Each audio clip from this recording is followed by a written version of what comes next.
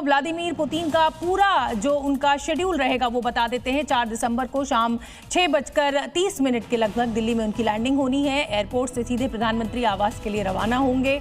PM Modi president Putin की मुलाकात यहां पर होगी और शाम 7:45 पर प्रधानमंत्री आवास में ये कार्यक्रम पूरा होगा, जहां पर एक प्राइवेट डिनर भी प्रधानमंत्री नरेंद्र मोदी के द्वारा होस्ट किया जा सकता है। और 5 दिसंबर को सुबह 10 बजे राजघाट पर श्रद्धांजलि होगी और उसके बाद भारत मंडपम भी रूस भारत शिखर सम्मेलन में हिस्सा लेने के लिए व्लादिमीर पुतिन पहुंचेंगे।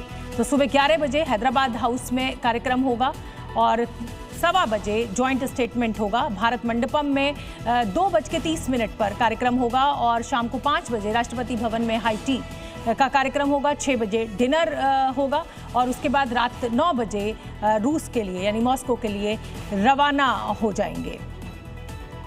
पुतिन के भारत दौरे पर दुनिया भर की निगाहें टिकी हुई हैं क्योंकि इस दौरे पर दुनिया की सबसे बड़ी डिफेंस डील होनी है। राष्ट्रपति पुतिन के दौरे को लेकर यह माना जा रहा है कि दोनों देशों के बीच कई डील होने की उम्मीद है, जो S-500, BrahMos, NG, Su-57, stealth fighter jet और Su-30 को अपग्रेड करने से संबंधित हो सकते हैं। मैं आपको बता दूं कि पुतिन रवाना होते हैं उससे पहले ही रूसी संसद में भारत के फेवर में कई जो समझौते हैं उनको मंजूरी दी गई है।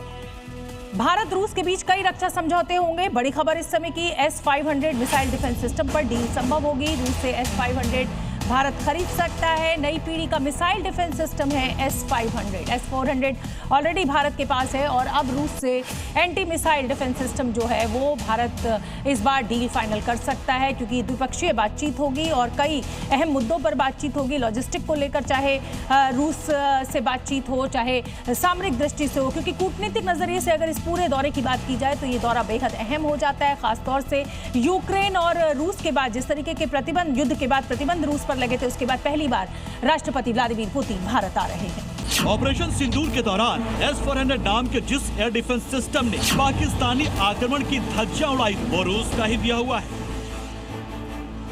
ये एयर डिफेंस सिस्टम 400 किलोमीटर तक की दूरी और 30 किलोमीटर तक की ऊंचाई पर किसी भी एरियल ऑब्जेक्ट को हवा में ही ध्वस्त कर सकता है। रूस में बना S-400 भारत के लिए गेम चेंजर साबित हुआ। पाकिस्तान के जेट इस डिफेंस सिस्टम के दायरे में आते ही नाकाम हो गए। रूस के साथ S-400 की डील पुतिन के राष्ट्रपति रहते हुए साल 2018 में हुई थी। ये डील करीब 35,000 करोड़ रुपए की थी, जिसमें 5 यूनिट S-400 मिलने थे। अभी भारत के पास S-400 के 3 स्क्वाड्रन एक्टिव हैं, जबकि 2 अगले साल तक चालू होंगे। मौजूदा सैन्य जरूरतों को देखते हुए S-500 में भी भारत की दिलचस्पी बढ़ी है क्योंकि ये ज्यादा दूरी और ज्यादा ऊंचाई पर जा सकता है, हाइपरसोनिक मिसाइलों को भी मार सकता है। S-500 दरअसल रूस का सबसे नया और एडवांस एयर डिफेंस सिस्टम है।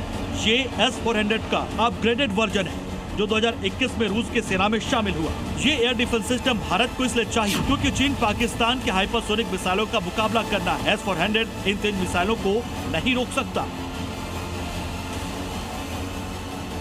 दरअसल चीन के पास DF-21 जैसे हाइपरसोनिक मिसाइलें हैं जो आवाज की गति से 10 गुना तेज उड़ती हैं। पाकिस्तान ने भी चीन से यही हाइपरसोनिक हथियार खरीदने की योजना बनाई है। इन खतरों को देखते हुए भारत के लिए रूस का ये एयर डिफेंस सिस्टम बेहद जरूरी हो जाता है क्योंकि S-500 एक साथ 12 बैलिस्टिक और हाइपरसोनिक मिसाइलों को 600 किलोमीटर दूर से ही मार गिरा सकता है। इसलिए पुतिन के भारत दौरे पर जो रक्षा सौदा होना है उसमें पूरी दुनिया की नजरें S-500 की डील पर टिकी है। ब्यूरो रिपोर्ट, ज़ी मीडिया। रूस का सबसे आधुनिक डिफेंस सिस्टम S-500 कितना सक्षम है आइए समझते हैं। ये जो पूरा सिस्टम है 200 किलोमीटर ऊंचाई तक मारक क्षमता रखता है। हाइपरसोनिक मिसाइल रोकने में ये पूरी तरह से सक्षम है। कई टारगेट्स की एक साथ ट्रैकिंग में ये सक्षम है। लो ऑर्बिट सैटेलाइट्स को ये गिरा सकता है। और पुतिन के भारत दौरे से जुड़ी हुई इस समय की बड़ी खबर, बड़ा अपडेट आपको बता दें। प्रधानमंत्री नरेंद्र मोदी पुतिन को रिसीव करने एयरपोर्ट जाएंगे। ये सूत्रों के हवाले से हमें खबर मिल रही है। अभी हालांकि इसकी कोई आधिकारिक जानकारी हमें नहीं दी गई है, लेकिन एयरपोर्ट पर रिसीव करने के लिए प्रधानमंत्री नरेंद्र मोदी पहुंचेंगे। और देखिए, रूस के राष्ट्रपति व्लादिमीर पुतिन ने चलने से पहले ही ये कहा कि मोदी के साथ मेरे व्यक्तिगत संबंध है।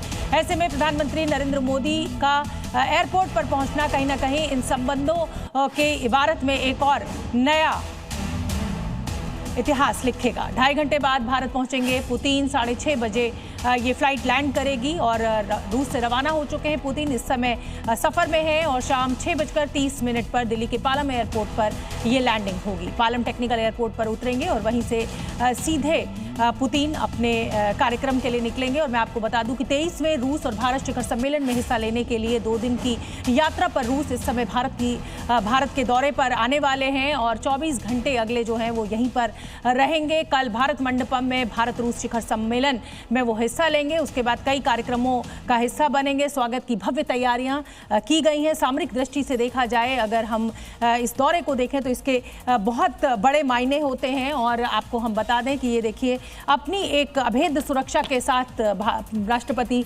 व्लादिमीर पुतिन यहाँ भारत पहुँचने वाले हैं।